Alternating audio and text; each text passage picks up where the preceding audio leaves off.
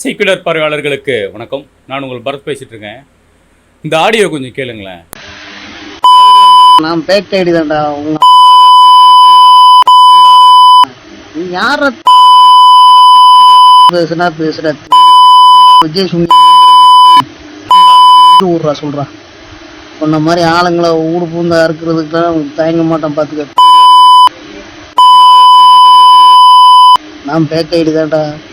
Julie ஒரு கனிமொழி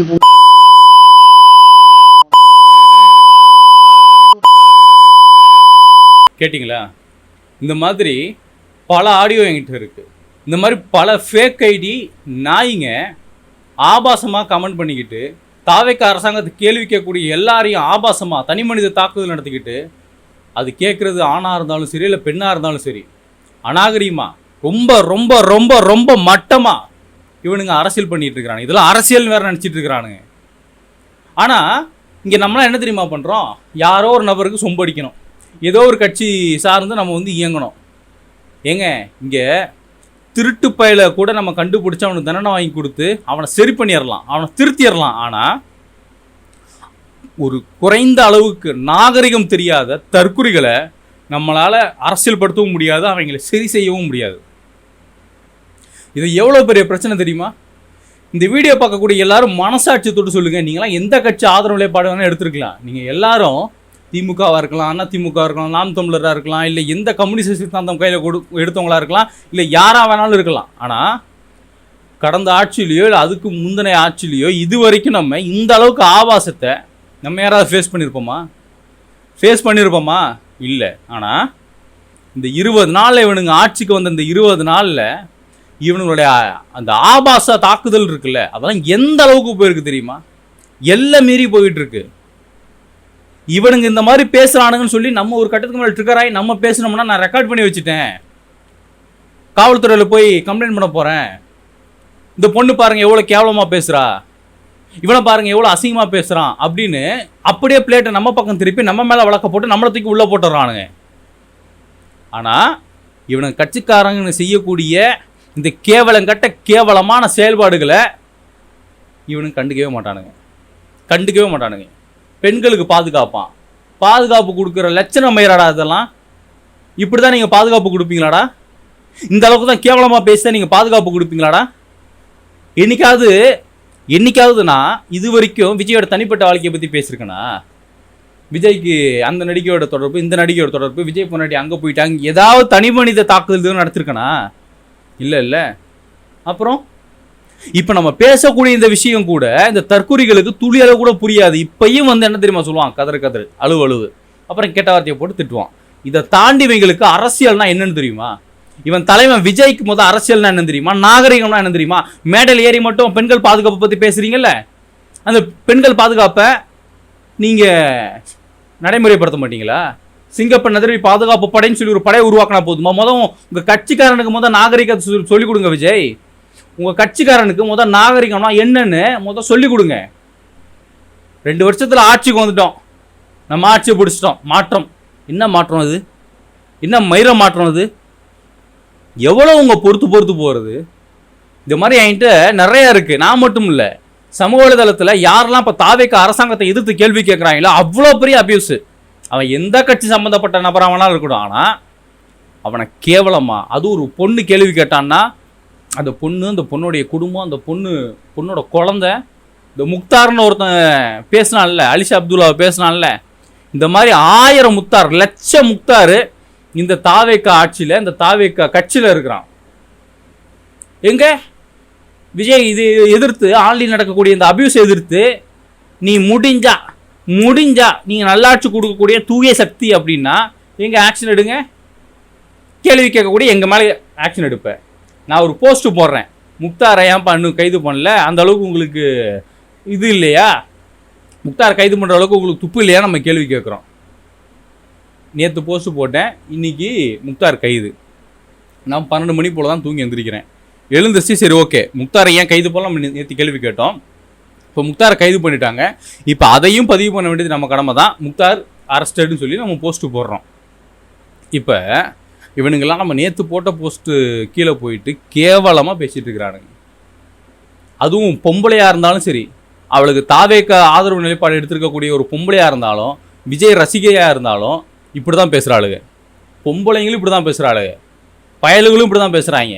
ஆபாசத்தை மட்டும் தான் கையில் எடுத்து அரசியல் பண்ணுவோன்னு கங்கணம் கட்டிட்டு திரிகிறானுங்க. தாவேக அரசாங்கத்துக்கே யாரு கேள்வி கேட்டாலும் எதிர்த்து பேசுவீங்களாடா நீங்களாம்? அப்படியா? இது நல்லா கேட்டுக்க சரியா? பெண்களுக்கு பாதுகாப்பான ஆட்சியை தருவோம் என்று தமிழ்நாடு முதல்வர் விஜய் மேடைகளில் தொடர்ந்து முழங்கி வருகிறார். ஆனால் தற்போதைய அரசின் உண்மை நிலையையும் நிர்வாகமும் அதற்கு முற்றிலும் வேறாக அல்லவா இருக்கிறது அப்படின்னு விக்டோரியா கௌரி அப்படின்னு உயர்நீதிமன்ற மதுரை கிளை நீதிபதி கேள்வி கேட்டிருக்காங்க. எங்க இங்க போய் பேசு பார்ப்போம். பேசுறா, பேசுங்கடா. இப்ப எவனாவது இதுலேயுமே போய் இவனுங்க என்ன பண்ணிட்டு இருக்கானுங்க சில பேர். அந்த நீதிபதி வந்து ஊப்பி அவங்க டிஎம்கே சம்மந்தப்பட்டவங்க, ட்ராமா முன்னேற்ற கழகத்துக்கு சம்மந்தப்பட்டவங்க, இவங்க வந்து அங்கே இருக்கிறாங்க, இவங்க இங்கே இருக்கிறாங்க, திடீர் புரட்சி போராளின்னு சொல்லி அவங்களையுமே அசிங்கப்படுத்திக்கிட்டு தான் இருக்காங்க. அவங்களையுமே ரொம்ப அசிங்கப்படுத்திட்டு தான் இருக்கிறானுங்க. நீதிபதிக்கே பாதுகாப்பு இல்லாமல், நீதிபதிக்கே மரியாதை தராத ஒரு தற்குறிகளை தான் இன்னைக்கு இந்த சமுதாயத்தில் இந்த விஜய் உருவாக்கி வச்சுட்டு இருக்காரு. அரசாங்கத்தை தவறு நடக்குதுங்க, நாங்கள் கேட்குறோம். பொதுவெளிக்கு வான்றீங்களே. போன ஆட்சியில் திமுக ஆட்சியில் நடந்த அனைத்து பிரச்சனைக்கும் கேமராவை தூக்கிட்டு ஃபோனை தூக்கிட்டு நாங்கள் மக்கள் பிரச்சனைக்காக நின்றுருக்கோம், நாங்கள் கவர் பண்ணியிருக்கோம், நாங்கள் மக்கள் பிரச்சனையை தினந்தோறும் எடுத்து பேசிகிட்டு இருக்கோம். அது எந்த ஆட்சி நடந்தாலும் சரி. இங்கே நான் ஒன்றும் திராவிடத்தை எதிர்க்கிறவோ இல்லை தமிழ் தேசியத்தை எதிர்க்கவோ இல்லை இந்திய தேசியத்தை எதிர்க்கவோ நான் இங்கே வரல. இங்கே கொள்கை, அனைத்து கொள்கையும் மக்களுக்கான கொள்கை தான். அந்த கொள்கையை தப்பாக பயன்படுத்திக்கிட்டு இங்கே அரசியல் பண்ணக்கூடிய நபர்களை தான் நம்ம எதிர்க்கிறோம். அது திமுகவாக இருந்தாலும் நம்ம எதிர்ப்போம், அண்ணா திமுக வந்தாலும் எதிர்ப்போம், நாம் தமிழர் தலைமையை தவறு செஞ்சாலும் நம்ம கேள்வி கேட்போம். அதுக்காக அந்த கொள்கையை ஃபாலோ பண்ணுறவங்க எல்லாரும் கேட்டவனா? தாவேக்கா கிட்ட என்னடா கொள்கை இருக்கு? என்ன கொள்கை இருக்கு? எங்க பெரியாரை பற்றி ஒரு 10 நிமிஷம் உங்கள் அண்ணனை பேப்பர் படிக்காமல் பேச சொல்லு, நான் பேசுகிறேன். அம்பேத்கரை பற்றி ஒரு 10 நிமிஷம் பேப்பரே இல்லாமல் உங்கள் அண்ணனை பேச சொல்லு, நான் பேசி பார்க்குறேன். வேலுநாச்சியரை பற்றி பேச சொல்லு, நான் பேசுகிறேன். என்னடா தெரியும் உங்களுக்குலாம் கொள்கை கோட்பாடு பற்றி? கொள்கைனா எதுக்குன்னு கேட்டு வாதம் பண்ணுறானுங்க. கொள்கையை வச்சு தமிழ்நாட்டில் என்ன நடந்ததுன்னு. கொள்கைன்னு ஒரு விஷயம் இருக்கிறதுனால தாண்டா ராஜா தமிழ்நாடு மட்டும் இல்லை, இந்தியான்றது கட்டமைப்பே உருவாயிருக்கு. நீ உலக நாட்டில் எந்த நாட்டுக்கு போனாலும் அந்த நாட்டுக்குன்னு ஒரு கொள்கை இருக்கும், ஒரு கோட்பாடு இருக்கும். அதை கையில் எடுத்துக்கிட்டு தான் அவன் அரசாட்சி நடத்துவான். கொள்கை கோட்பாடுங்கிறது முக்கியம். கொள்கையும் இல்லாமல் இந்த கோட்பாடும், நீ ஏதோ ஒரு கொள்கை கையில் வச்சுக்கிட்டு நீ வந்து கொள்கை ரீதியாக எங்களை எதிர்த்து பேசுறான்னா பிரச்சனை இல்லைடா. உனக்கெல்லாம் கொள்கைன்னா என்ன என்ன இலவனே உனக்கெல்லாம் தெரிய மாட்டேங்குதுடா. நாங்கள் கேள்வி கேட்குறோம், இதில் என்ன தப்பாக கேட்டுட்டோம்? கேள்வியே கேட்கக்கூடாது. தாவேகா விஜய் வந்து புனிதஸ்தர், என்ன ஏசுநாதரா? இயேசுவே இன்னைக்கு இந்த நாட்டுல மறுபடியும் இந்த உலகத்தில் பிறந்து வந்தா இங்கே எல்லாரும் கேள்வி கேட்பான், நானும் கேட்பேன். அது எந்த மத கடவுளாக இருந்தாலும் இந்த பூமிக்கு வந்துட்டாருன்னா, வந்து நான் தான் உங்களை காப்பாற்ற போகிறேன்னு சொன்னாருன்னா நாங்கள் அவரை கேள்வி கேட்போம். ஏன்னா அவர் பாதுகாக்க போகிறது எங்களை அவர் பாதுகாக்கக்கூடிய திறமை அவருக்கு இருக்கா, நாங்கள் கேள்வி கேட்டு தான் ஆகணும். என்ன மாற்றம் விஜய்? என்ன மாற்றம்? என்ன பண்ணார் 20 நாளில்? அந்த சாதனை பண்ணார் தெரியுமா, இந்த சாதனை பண்ணார் தெரியுமான்னு பேசுகிறீங்கல்ல. என்ன சாதனை பண்ணிட்டாருன்னு ஒருத்தன் சொல்கிறா. என்ன சாதனை பண்ணி கழிச்சிட்டாரு ஒருத்தன் சொல்லு. விவசாயிகள் போராட்டம் தான் பண்ணிகிட்டு இருக்கிறாங்க, போன மாதிரி நடித்து போராட்டம் பண்ணிகிட்டு இருக்கிறாங்க. ஏன் உங்கள் விஜய் இப்போ அந்த விவசாயிகளை கூப்பிட்டு பேச வேண்டியதானே? தூய்மை பணியாளர்களாக நீங்கள் கண்டுக்கவே இல்லை, அம்மோன்னு விட்டுட்டீங்க. ஏன் இப்போ அந்த தூய்மை பணியாளர்கள் கூப்பிட்டு நீங்கள் பேச்சுவார்த்தை நடத்த வேண்டியதானே? அவங்களோட கோரிக்கையை எடுத்து நிறைவேற்ற வேண்டியதானப்பா. போன ஆட்சியில் பாட்டிலுக்கு 10 ரூபா வாங்கினாங்க, இன்றைக்கி 20 ரூபா வாங்குறீங்க நீங்கள். என்ன மாற்று? திமுக ஆட்சியில் கூட இவ்வளோ அபியூஸை யாருமே அனுபவிக்கலடா. இவ்வளோ கேவலமான திமுக காரன் பேச மாட்டான்டா. அவனுக்கு கேள்வினா என்னன்னு கூட புரியும்டா. உனக்கு கேள்வியே தெரியாதுடா, உனக்கு கேள்வியே புரியாதுடா. நான் இப்பயும் சொல்கிறேன், திமுக தப்பு, அண்ணா திமுக தப்பு, நாம் தமிழர் தப்பு, இவன் தப்பு, அவன் தப்புன்னு அடுத்தவன் மேலே நமக்குள்ளேயே பழிய தூக்கி போட்டுக்கிட்டு நம்ம இப்போ அரசியல் பண்ணுறதுக்கான சூழல் இது கிடையாது. நம்ம எல்லாருக்கும் பொதுவான ஆபத்தான ஒரு கூட்டணி உருவாகி நிற்குது. அவனை எதிர்க்கிறதுக்கு நம்ம எல்லாரும் ஒன்று சேர்ந்து தான் ஆகணும். அதுக்கப்புறமா உட்காந்துட்டு திராவிடம் பெருசா, தமிழ் தேசியம் பெருசா, இந்திய தேசியம் பெருசா, கம்யூனிசம் பெருசா, மார்க்சியம் பெருசா, லெனினியம் பெருசா, தலித்தியம் பெருசா அப்படிங்கிறத பற்றி நம்ம அப்புறம் பேசிப்போம். இந்த சண்டையெல்லாம் நம்ம அப்புறம் வச்சுப்போம். இந்த கொள்கைனா என்னன்னே தெரியாமல் ஊர் 2 பட்டா கோமாளிக்கு இதுன்ற மாதிரி சந்தோஷன்ற மாதிரி இன்னைக்கு கொள்கை கோட்பாட்டு சொல்லி அரசியல் களத்தில் சண்டை போட்டுருந்த நம்மளை இன்னைக்கு இது ரொம்ப அபியூஸ் பண்ணிக்கிட்டு கேவலப்படுத்திக்கிட்டு ரொம்ப அநாகரிகமான பேசிக்கிட்டு உட்காந்துட்டு இருக்கிறான். இப்போ நான் போட்டு காட்டுறேன்லாம் ஆடியோ, இந்த ஆடியோ எனக்கு வந்தது இல்லை, இன்னொரு இன்ஸ்டாகிராம் இன்ஃப்ளூயன்சருக்கு வந்தது. அவர் திமுகவை சம்மந்தப்பட்டவர், திமுக ஆதரிக்கக்கூடியவர், திராவிடத்தை ஆதரிக்கக்கூடியவர். அவர் கேள்வி கேட்குறாரு. கேள்வி கேட்டால் கேள்விக்கான பதில் தானே சொல்லணும். எவ்வளோ கேவலமாக இருக்கு, எவ்வளோ கேவலமாக பேசுறீங்க. உங்களுக்கு இதெல்லாம் நாகரிகமாகவே தெரியலடா. இதே மாதிரி போயிட்டு உங்கள் வீட்டில் உங்கள் ஆத்தாங்கட்டி உங்கள் ஒப்பங்கட்டி உட்காந்து பேசிட்டு இருப்பீங்க. எப்படி தான் பேசுவியா வீட்டில் உங்கள் ஆத்தாங்கட்டி உங்கள் ஒப்பங்கட்டி இப்படி தான் உட்காந்து பேசிட்டு இருப்பீங்களா நீங்களாம்? எந்த ஊர் சொல்லு வந்து வெட்டுறேன்னா, என் சொந்த ஊர் தஞ்சாவூர் மாவட்டம் பேராவூர்னு ரெட்டவேல்னு சொல்லி சின்ன கிராமம்டா. பேராவூர்னு தானே என் ஊர். என்னடா பண்ணுவீங்க? விஜய்க்கு நான் மறுபடியும் ஒரு விஷயத்தை நான் தெளிவுபடுத்த விரும்புகிறேன். தமிழ்நாட்டில் சட்ட ஒழுங்குன்னு சொல்லி ஒரு பிரச்சனை உருவாகுதுன்னா அது உன் கட்சிக்காரனால தான் இருக்க போகுது. மிகப்பெரிய கலவரத்தை அவனுக்கு தூண்ட போகிறானுங்க.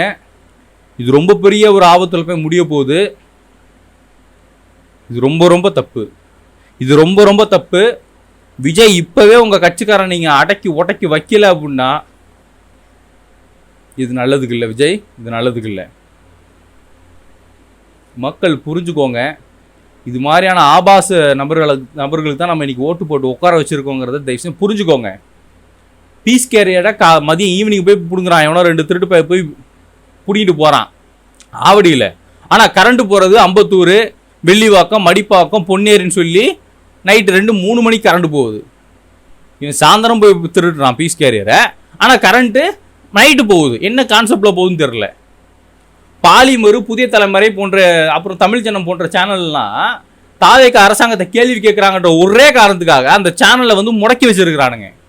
அந்த சேனலை முடக்கிறதுக்கான எல்லா வேலையும் பார்த்து வச்சிருக்கிறானுங்க. தலைமையே அப்படி தான் இருக்குது. தொண்டை எப்படி இருப்பான்? இப்படி தான் இருப்பான்.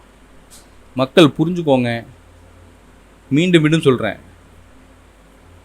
நாங்கள் உங்களுக்காக மட்டும்தான் இந்த களத்தில் நின்று நாங்கள் பேசிகிட்டு இருக்கோம். பெருசாக எந்த வருமானத்தையும் எதிர்பார்த்தோ யாருடைய ஆதரவு எதிர்பார்த்தோ நாங்கள் யாரும் செயல்படலை. ஆனால் மாற்றம்னு ஒரு விஷயம் வரணும், இந்த தமிழ்நாட்டில் உருவாகணும்னா அது நம்மளால் உருவாகணும். விஜய் வந்தால் மாற்றுவார், நாளைக்கு அவர் வந்தால் மாற்றுவார், இவர் வந்தால் மாற்றுவார்னு சொல்லி எவனையும் நம்பி போய் தான் நீங்கள் நம்ம நாசமித்து நடுத்தரில் வந்து நின்றுக்கிட்டு இருக்கிறோம். இந்த 20 நாளில் தமிழ்நாட்டினுடைய வளர்ச்சி அப்படின்றது, இந்த தமிழ்நாட்டில் இவங்க பண்ண அயோக்கியத்தனங்கிறது அதிகம். சட்ட ஒழுங்கு பிரச்சனை, சீர்கேடு, மின்வெட்டு சீர்கேடு, மதுத்துறையில் பிரச்சனை. மதுத்துறையில் இருக்கக்கூடிய ஊழியர்கள், அரசு ஊழியர்கள்லாம் போராட்டம். மரியாதை கொடுக்க மாட்டாங்க தாவேகா நிர்வாகிகள்னு சொல்லி அவங்கெல்லாம் போராட்டம் நேற்று. இது போதாத குறைக்கு கட்சிக்காரன் பூராவரும் கிளம்பிட்டான். ஆய்வு நடத்துகிறோம், அதை நடத்துகிறோம், இதை நடத்துகிறோம் கிளம்பிட்டான். கட்சிக்காரனுக்கு மொத்தம் எவன்டா பர்மிஷன் கொடுத்தது? என்ன விஜய் நீங்கள் தான் கொடுத்தீங்களா உங்கள் கட்சிக்காரன் ஆய்வு நடத்த சொல்லி? இந்த புதுக்கோட்டை ஒரு அமைச்சர் ஒருத்தர் இருக்கார், பர்வேசன். அவர் ஒரு படித்த ஒரு மருத்துவர். அவர் சொல்கிறார் என்னென்ன எங்களுக்கு ஃபெசிலிட்டிஸ் வேணும், என்ன இருக்குது, என்ன தேவை அப்படிங்கிறதெல்லாம் சொல்லிகிட்டு இருக்காரு. தலைவருக்கு மனசில் விஜய் நினப்பு. இப்படி கையை வச்சுட்டு பார்த்துட்டு ஏன் விஜய் ஃபோட்டோ சிஎம் ஃபோட்டோ இங்கே இல்லை அப்படின்னு கேட்குறாரு. இவனுங்க ஆய்வு நடத்துகிற லட்சணம் இவ்வளவு தான். இவனுங்களை பொறுத்த வரைக்கும் ஆய்வு அப்படின்றது ஒரு முறுக்கு பாக்கெட்டை எடுத்து வச்சுட்டு முறுக்கு பாக்கெட்டு 12ஆம் தேதி வந்து சுட்டிருக்காங்க, இதை 12ஆம் தேதி தான் அந்த முறுக்கை சுட்டாங்கன்றதுக்கு என்ன ஆதாரம் இருக்குது இப்படி கேட்குறதா இவங்களோட ஆய்வு. இன்னொருத்தர் இருப்பார், ஆய்வு நடத்த போவார். கண்ணா நீ சாப்பிட்டேன், நான் சாப்பிடல, நீ நல்லா சாப்பிட்டேன், நான் நல்லா சாப்பிடல அப்படின்ட்டு எவன் ஒருத்தன் குற்றத்தை சொல்ல வரானா அவனை குடிக்காரன்னு சொல்லி பட்டத்தை கட்டி அவனை அசிங்கப்படுத்த வேண்டியது. இன்னொருத்தர் இருக்காரு, அவர்கிட்ட போய் கேள்வி கேட்டோம்னா நோ கமெண்ட்ஸ். அரசியல் வேணாம். மைக் எடுங்க அப்படின்னு ஓடுவார். இதையும் தாண்டி இன்னொருத்தர் இருக்காரு, அவரு ஆய்வு நடத்த போறாரு. போயிட்டு சிஎம் ஃபோட்டோ இங்கே இல்லை, ஓகே என்னது சிஎம் ஃபோட்டோ இங்கே இல்லை, புரோட்டோக்கால் படி சிஎம் ஃபோட்டோ வைங்க. சிஎம் ஃபோட்டோ வைக்கிறதுக்கெல்லாம் புரோட்டோக்கால் வேணுமாடா? மக்களுக்காக ஏதாவது இது வரைக்கும் நீ குரல் கொடுத்து பேசியிருப்பீங்களாடா? மக்கள் பிரச்சனைன்னு சொல்லி திமுக ஆட்சியில் எவ்வளோ பிரச்சனை இருந்தது, மக்கள் பிரச்சனை. இன்னைக்கு அதெல்லாம் சரி பண்ணுறது தான் வந்த இந்த 20 நாளில் நீ மக்கள் பிரச்சனைன்னு எவனாவது ஏதாவது ஒன்று எடுத்து பேசியிருப்பியா? மக்களுக்கு இந்த பிரச்சனை இருக்குது, நாங்கள் தீர்த்து வைக்க போகிறோம், இதுக்காக இந்த நடவடிக்கை எடுக்க போகிறோம், எவனாவது ஒருத்தன் பேசியிருப்பியா? ஆபாசம் மட்டும் மட்டும்தானே அவங்கக்கிட்ட இருக்குது. ஆபாசம் மட்டும்தாண்டா இருக்குது. கேள்வி கேட்குறவனை கேவலமாக பேசி அவனை வந்து மன உளைச்சலுக்கு உள்ளாக்கி, இல்லை அவன் ட்ரிகர் பண்ணி அவன் வாயை பிடிங்கி அவன் மேலே கேஸு போட்டு நம்ம சமாளிச்சிருவோம் அப்படின்னு முட்டு கொடுக்க தானே வந்து நிற்கிறீங்க பூரா பேரும். மக்கள் புரிஞ்சுக்குவாங்க. அதே மாதிரி நம்மளை ஃபாலோ பண்ணக்கூடிய எல்லா சப்ஸ்கிரைபருக்கும் எல்லா ஃபாலோவர்ஸுக்கும் நான் ஒரு விஷயத்தை மட்டும் பதிவு பண்ணிக்கிறேன். தயவு செஞ்சு நீங்கள் யாரும் எந்த இடத்துலையும் போய் எந்த ஒரு ஆபாச பதிவும் எந்த ஒரு ஆபாசமான வார்த்தைகளையும் பேச்சுக்களையும் பேசாதீங்க. இங்கே நம்ம எப்போ பேசுவோம், நம்ம எப்போ நம்ம லாக் பண்ணலாம், நம்மளை எப்போ கைது பண்ணலான்னு சொல்லி இங்கே ஒரு கூட்டம் நம்மளை வாட்ச் பண்ணுறதுக்குனே தனியாக ஒதுங்கி நிற்கிது. நான் என்ன மாதிரி எவன்லாம் பேசுகிறானோ அவனெல்லாம் என்ன பண்ணலாம், எப்படி முடக்கலான்னு இங்கே ஒரு கூட்டம் கங்கணம் கட்டிக்கிட்டு கண்ணில் விளக்கணையை ஊற்றிட்டு உட்காந்துட்டு இருக்கிறானுங்க. தொகுதிக்கு 50 பேர், குறைஞ்சது 50 பேராவது நம்ம ஒன்று சேர்ந்தால் மட்டும்தான் மாற்றங்கிறது ஏற்படும். தொகுதிக்கு ஒரு 50 பேர் ஒன்று சேரணும். அதை விட்டுட்டு நம்ம தொகுதி எம்எல்ஏவே யாருன்னு தெரியாமல் விஜய்க்கு ஓட்டு போட்டு உட்காந்துட்டு இருந்தீங்கன்னா மாற்றம்லாம் ஒன்றும் வராது, ஒரு மண்ணும் வராது. என்னோட இணைந்திருக்கும் அனைத்து உறவுகளுக்கும் நன்றி. எல்லாருக்கும் வணக்கம். மாற்றம் அப்படின்றது நம்ம கிட்ட தான் உருவாகணும். அந்த மாற்றத்தை நம்ம தான் உருவாக்கணும். அதை உருவாக்கணும்னா முதல் நம்ம எல்லாரும் ஒன்று சேரணும். அப்படி ஒன்று சேரத்துக்கான ஒரு சின்ன ஒரு முன்னெடுப்பாக வாட்ஸ்அப் கம்யூனிட்டியை நம்ம வந்து ஓப்பன் பண்ணியிருக்கோம். அதில் உங்களுக்கு விருப்பம் இருக்குது அப்படின்னா நீங்கள் அதில் சேர்ந்துக்கலாம். நம்ம எல்லாருக்கும் தனிப்பட்ட ரீதியில் திராவிடமோ தமிழ் தேசியமோ இந்திய தேசியமோ ஏதோ ஒரு சித்தாந்தம் ஏதோ ஒரு கொள்கை நமக்கு பிடிச்சிருக்கும். ஆனால் அடிப்படையில் எல்லாமே மக்கள் நலனுக்காக உருவாக்கப்பட்ட ஒரு கொள்கை. மக்கள் பிரச்சனையை பற்றி மட்டும்தான் நம்ம பேச போகிறோம். தொகுதிக்கு நம்ம ஒரு 50 பேர் ஒன்று சேர்ந்தால் கூட அது ஒரு மாற்றத்துக்கான ஒரு முதல் படியாக இருக்கும். யாரோ வந்து எதையோ மாற்றணும்னு நம்ம நினைக்கிறது தாண்டி நம்மளால் என்ன மாற்ற முடியும் அப்படிங்கிறத மட்டும் நம்ம நினைப்போம். ஒன்றிணைவோம், ஒன்றிணைப்போம், ஒன்று சேருவோம்.